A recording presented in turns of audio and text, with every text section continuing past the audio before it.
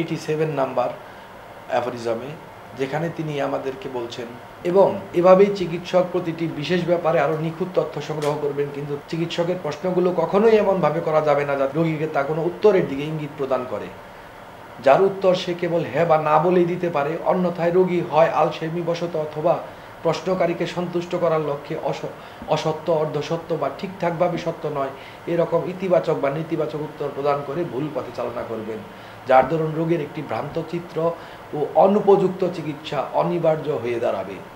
Mahatma Hahnemann এখানে কিন্তু চিকিৎসকের প্রবণতা, রোগীর প্রবণতা, এই বিষয়গুলোর ব্যাপারে আমাদেরকে সতর্ক করছেন এবং সেই সমস্যা, উদ্ভূত সমস্যার থেকে আমাদের করণীয় কি সে ব্যাপারেও ডিরেকশন দিয়ে যাচ্ছেন। তিনি প্রথমেই শর্ত জুড়ে দিয়েছেন যে কোনো রোগীকেই কোনো সাজেস্টিভ কোশ্চেন আপনি করতে পারবেন না, কোনো লিডিং কোশ্চেন করতে পারবেন না, কোনো ওয়ার্পিং কোশ্চেন করতে পারবেন না, ক্লোজ কোশ্চেন করতে পারবেন না। অর্থাৎ এমন কিছুই আপনি করতে পারবেন না যে রোগী কোনো উত্তরের দিকে ইঙ্গিত পায় কিংবা কোনো একটা বিকল্প উত্তর বেছে নিতে বাধ্য হয়। আপনারা স্মরণ করে দেখুন 83 নাম্বার সূত্রে আমরা প্রথমেই দেখতে পাচ্ছি মহাত্মা হানিম্যান বলছেন যে আমরা কোনো পূর্ব সংস্কার নিজের মধ্যে রাখতে পারবো না, আমাদেরকে নিরপেক্ষভাবে বিচার বিবেচনা করতে হবে, নিরপেক্ষভাবে রোগীর বৈশিষ্ট্যকে তুলে আনতে হবে। সেখানে আপনি যদি প্রশ্ন করেন আপনার কি সকালে খুব ক্ষুধা লাগে, রোগী কিন্তু হয় হ্যাঁ নয় না বলবেন। সেখানে জিজ্ঞাসা করা কথা ছিল যে সকালের দিকে আপনার খাবার দাবারের কি অবস্থা, এভাবে। এখানে ক্লোজ কোশ্চেন করার কোনো অবকাশ নেই, আপনি কি সকালে খান নাকি খান না, এটা প্রশ্ন করার কোনো অবকাশ ছিল না। কিংবা এমন কোনো কথা ছিল না আপনার বোধহয় সকালে খুব একটা ক্ষুধা লাগে না, এরকমভাবেও প্রশ্ন করার কোনো অবকাশ ছিল না। মহাত্মা হানিম্যান কিন্তু এই ব্যাপারে, এই কোনো উত্তরের দিকে ইঙ্গিত প্রদান করার ব্যাপারে একটি ফুটনোটও দিয়েছেন। যাই হোক, এইভাবে প্রশ্ন করলে কি হবে, হয় রোগী আলসেমিবশত এত ডিটেল বলার কি দরকার, আমি অ্যালোপ্যাথিতে চিকিৎসা করে এসেছি, এত প্রশ্নের দরকার পড়েনি, কেন অযথা এত কথা বলতে, না আমার ঠিক আছে খাই বা খাই না, এভাবে উত্তরটা দিয়ে দিল। আলসেমি করে অত স্ক্রুটিনাইজিং করতে গেল না। একজন চিকিৎসক যদি না বুঝতে পারেন যে আমার এই বিষয়টি নিখুঁত হওয়ার গুরুত্ব কতটুকু, তো রোগীর কি দায় পড়েছে এই গুরুত্বটা উপলব্ধি করার। আপনি চিকিৎসক, আপনার মধ্যেই থাকতে হবে এর গুরুত্বের সম্পূর্ণ উপলব্ধি। তো যাই হোক, রোগী আলসেমিবশত কিন্তু এই উত্তর দিতে পারে। কিংবা আমার জীবনে এরকম বহু পেয়েছি যে আমাকে সন্তুষ্ট করার জন্য তারা ইতিবাচক উত্তর দিয়ে দেওয়ার চেষ্টা করেছে, ইভেন ক্লোজ কোশ্চেন না করা সত্ত্বেও, সাজেস্টিভ কোশ্চেন না করা সত্ত্বেও। কাজে এই ব্যাপারে সতর্ক থাকতে হবে, নয়তো মহাত্মা হানিম্যানের ভাষায় অসত্য, অর্ধসত্য বা ঠিক সত্য নয়, একটু পেঁচানো, ঘোরানো পেঁচানো, এরকম উত্তর দিয়ে দিবেন।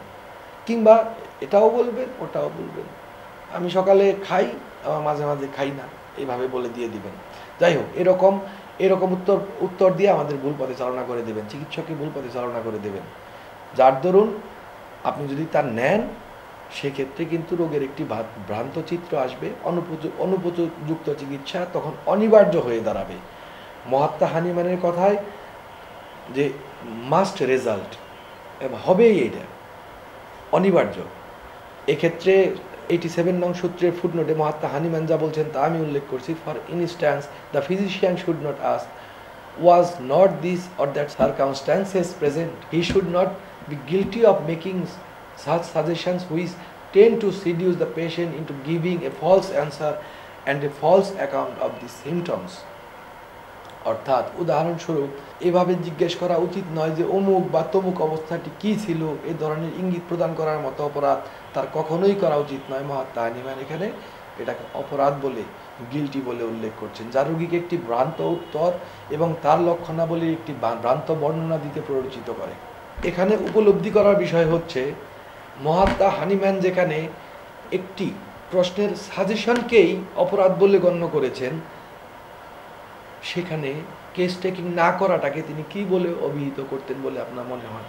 কিংবা সংক্ষিপ্ত কেস টেকিং, কেসের নোট রাখা, রোগীর নোট রেখে ওষুধ দেওয়াকে তিনি কি বলে অভিযুক্ত করতেন বলে আপনার মনে হয়? যেখানে শুধুমাত্র রোগীকে একটা একটা প্রশ্নের ইঙ্গিত দেওয়াকেই তিনি অপরাধ বলেছেন। যাই হোক, এটা আপনারা চিন্তা করুন এবং কমেন্টস বক্সে এই উত্তরটি আপনারাই দিন যে তিনি কি মনে করতেন কেস টেকিং গ্রহণ না করলে। আমি আপনাদের কাছ থেকে এটা শুনতে চাচ্ছি।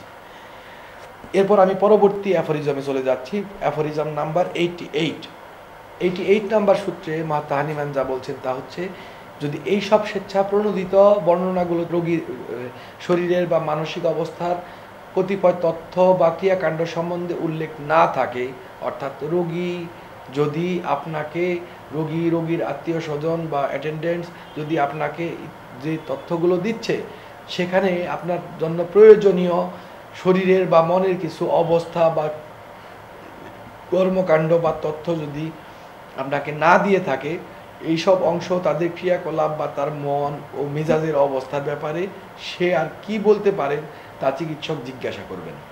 এবং এই ব্যাপারে তিনি একটি ফুটনোটও দিয়েছেন। সহজ কথা হচ্ছে যে এবার আপনি যখন মনে করলেন যে রোগী নিজের থেকে স্বেচ্ছাপ্রণোদিতভাবে 5টি জিনিসের ব্যাপারে উল্লেখ করেছিলেন, সেখানে তার প্রস্রাবের কথাটি বলেনি, তার ঘামের কথাটি বলেনি, তার মন মেজাজ কেমন বলেনি, তার এই মন মেজাজের এই অবস্থার উৎপত্তির কারণ বলেনি, সেটা কিন্তু চিকিৎসক জিজ্ঞাসা করে জেনে নেবেন। মাহাত্মা হানিম্যান কতটুকু সতর্ক ছিলেন যে একটা কেস টেকিংয়ে এই ব্যাপারটিও তিনি উল্লেখ করার প্রয়োজনীয়তা অনুভব করেছেন। মাত্র 291 অ্যাফোরিজমের মধ্যে তার অন্তর্ভুক্ত করেছেন। মাহাত্মা হানিম্যান বলছেন, কিন্তু তা করার সময় তিনি কেবল এমন সাধারণ বাক্য রীতি ব্যবহার করবেন যাতে উত্তরদাতা সংশ্লিষ্ট ব্যাপারগুলোতে বিশেষ বিস্তারিত বর্ণনা দিতে বাধ্য হয়। ওনার এই কথাটি খুবই চমৎকার এবং খুবই অর্থবহ। আপনাদেরকে এটা গভীরভাবে চিন্তা করতে হবে। এর আগে তিনি বলেছিলেন যে কোনো সাজেস্টিভ কোশ্চেন করা যাবে না, ওয়ার্পিং কোশ্চেন করা যাবে না, কোনো ক্লোজ কোশ্চেন করা যাবে না, লিডিং কোশ্চেন করা যাবে না। কিন্তু এবার তিনি সুন্দরভাবে উল্লেখ করছেন যে পরবর্তী প্রশ্নগুলোতেও আপনারা এমনভাবে কথা বলতে পারবেন না যে আবারও আপনাদের সেই সাজেশনই দিয়ে যাচ্ছেন, এরকম হতে পারবে না। একটা উদাহরণ আমি এই ব্যাপারে দিচ্ছি। অনেক সময়ই আছে রোগীদের সামনে আমাদের অপশনগুলোকে উল্লেখ করতে হয়। আপনি কি দেখে ভয় পান এটা বললে অনেক সময়ই রোগী বুঝতেই পারে না যে আসলে কি বলা হচ্ছে, কিংবা আপনি কিসে নার্ভাস হন, উদ্বিগ্ন বোধ করেন, অনেক সময় বুঝতে পারে না। অনেক মানুষ আছে যারা এই ভাষাগুলোর সাথেই পরিচিত নয়, একটু উদাহরণ দিয়ে বোঝাতে হয়। সেখানে আমি যা করি বেশিরভাগ সময় তা হচ্ছে অনেকগুলো বিষয়কে একসাথে সামনে তুলে ধরি। আপনি কিসে ভয় পান বোঝার পরেও যদি না বোঝে তাহলে তাকে বলি কুকুর, বিড়াল, সাপ, ব্যাঙ, টিকটিকি, বজ্রপাত, এই সমস্ত কিছু একবারে বলি, উপরে থেকে নিচে তাকানো, বদ্ধ জায়গা, খোলা জায়গা, কোনো কিছুতে ভয় আছে কিনা, যাতে রোগী একটি বিশাল বিস্তৃত অপশন আমার সামনে পেয়ে যায়। এমন কোনো বাক্য রীতি ব্যবহার করা যাবে না যার ফলে উত্তরদাতা সংশ্লিষ্ট ব্যাপারগুলোতে সংক্ষিপ্তভাবে উত্তর দিয়ে দিতে পারেন। মাহাত্মা হানিম্যানের কথায় এই অপশন ব্যবহার করার মাধ্যমে রোগীকে একটি বিশাল বিস্তৃত ব্যাপার নিয়ে চিন্তা করতে হয়, তাকে বেছে নিতে হয়। আমি আরও যে সতর্কতা অবলম্বন করি, যদি আমার সন্দেহ হয় রোগীটি কুকুরে ভয় পায় তবে তাকে কখনোই আমি প্রশ্নের শুরুতে কিংবা শেষে জিজ্ঞাসা করি না, কারণ এই দুটো কানে বাজে বেশি, মানুষের মনে ইমপ্রেশন বেশি ফেলে। ওটাকে সবসময় আমি মাঝখানে দিয়ে দিই যেন সবগুলোর সাথে যায় এবং তার মনের মধ্যে যদি ওই বিষয়টি সম্বন্ধে কোনো সেন্সিটিভিটি থাকে তাহলে যেন উঠে আসে। তো যাই হোক, সেই ক্ষেত্রে প্রশ্ন করার ব্যাপারেও যেখানে এইভাবে অপশন দিয়ে প্রশ্ন করতে হবে, সেখানে অন্যান্য প্রশ্নের ব্যাপারেও বাক্য রীতি তেমনই হতে হবে। আপনি দিনে কি 7 বার প্রস্রাব করেন তা নয়, আপনাকে সারাদিনে কয়বার প্রস্রাব করতে হয়, কোন সময় বেশি প্রস্রাব করেন, এভাবে। মাহাত্মা হানিম্যান এর ফুটনোটে যা বলছেন তা হচ্ছে বিস্তারিত বর্ণনা দিচ্ছেন যে আপনার পায়খানার ধরনটা কেমন হবে, প্রশ্নগুলোর উদাহরণ দিয়ে বুঝিয়ে দিচ্ছেন যে আপনি কি পরিমাণ প্রস্রাব করেন, আপনার কোন সময় এটা হয় বেশি, ঘুম বেশি হয় দিনে না রাত্রে, প্রস্রাব কোন সময় বেশি হয়, আপনার মন মেজাজ স্মরণ শক্তি এগুলো কীরকম, আপনার পিপাসা কীরকম, কিংবা আপনি আপনার মুখে কী ধরনের স্বাদ থাকে, আপনি কোন ধরনের খাবার বা পানীয় পছন্দ করেন, তৃপ্তি বোধ করেন, কোনটাতে সবচেয়ে বেশি অপছন্দ করেন, আপনার মুখের কি স্বাভাবিক স্বাদ থাকে নাকি কোনো ধরনের অস্বাভাবিক স্বাদ আছে, কিংবা খাবারের পরে বা পান করার পরে আপনি কেমন বোধ করেন, কিংবা আপনার মাথা, পেট বা অন্য কোনো কিছু সম্বন্ধে আপনার কোনো সমস্যা আছে কিনা, এই সমস্ত কিছু তিনি কিন্তু সেটা তিনি একটা একটা করে উদাহরণ দিয়ে বলেছেন।